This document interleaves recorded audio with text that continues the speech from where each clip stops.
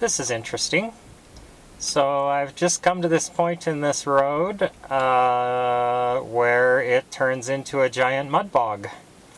And this material is called bentonite. It's very prevalent around here, and it is extremely sticky and slippery. Pretty much there is zero way that I'm going to be able to make it through that. I do see a set of tire tracks off to the right, so I'm going to park it and go walk around the corner and see what I see. I just went for a walk, and just around the corner the road gets dry again. But then there's another small bog right after that, which then just after the corner after that is a big crossroads. So the choice is to go back 15 to 20 miles in stormy weather. I've been lucky enough to have it be dry through this section, but if it's wet, I'll be camping. And I think I'm gonna air down the tires to 20, and then I'm going to attempt to traverse around the first mud bog and drive through the second one. So we'll see how that goes.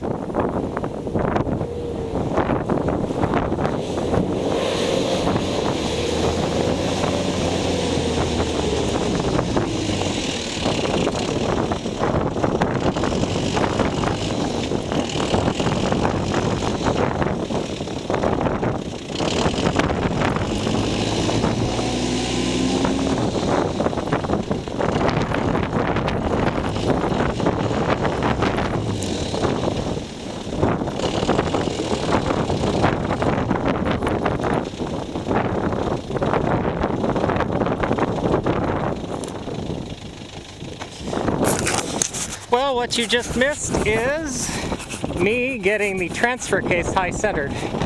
So,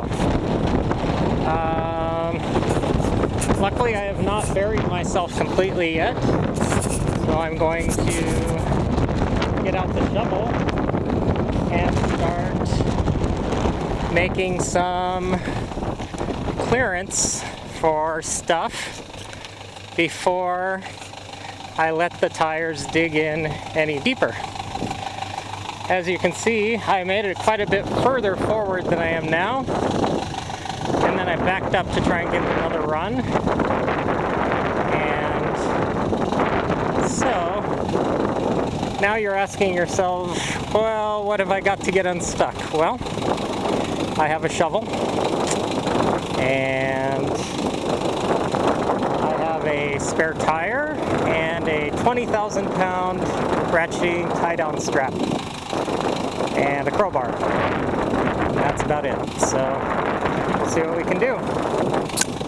Okay, a half hour later, one shovel. I'm gonna have another go at it. We'll see.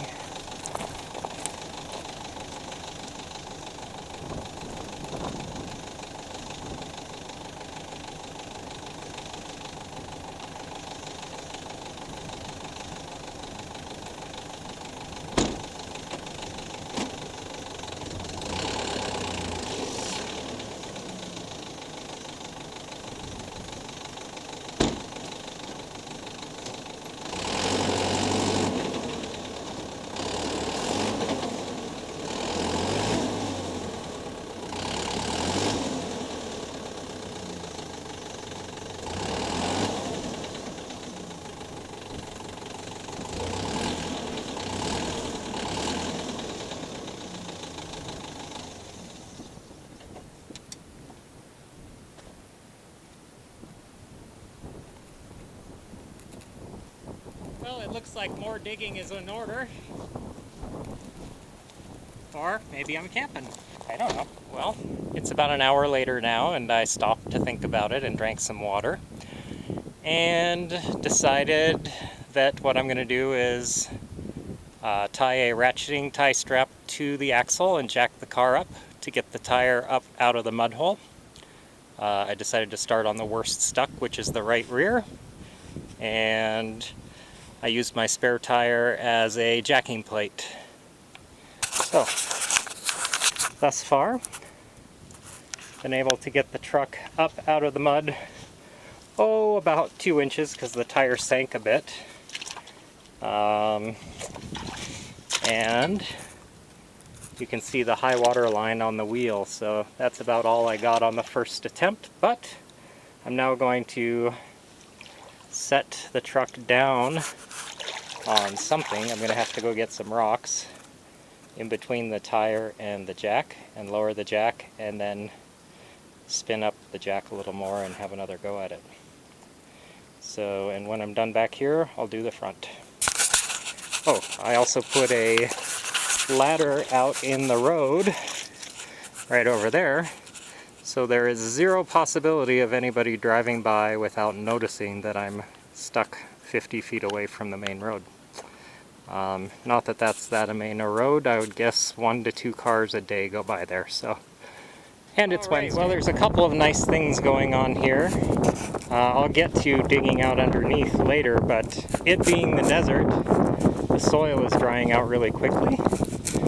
And noticing that, I decided to build a little bit of a earthen dam here and drain the water from this side tire in order to determine what I'm doing as I put my $5 a bundle firewood under there, along with whatever rocks I can scavenge, which of course every time you get stuck there's not a rock to be found, but there are some about 1/8 of a mile from here, so I'm actually going to go haul enough of those over to build a little road bed for that whole distance right there. So, and then I'm going to put some firewood under the tire, never to be seen again.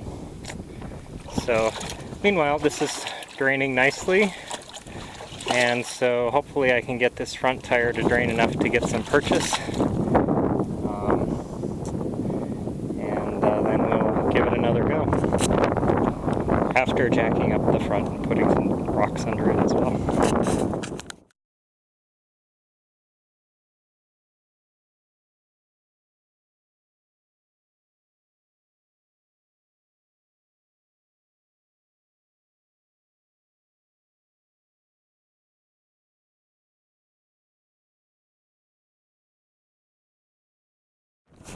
Okay, well, I'm free thanks to a Rubicon.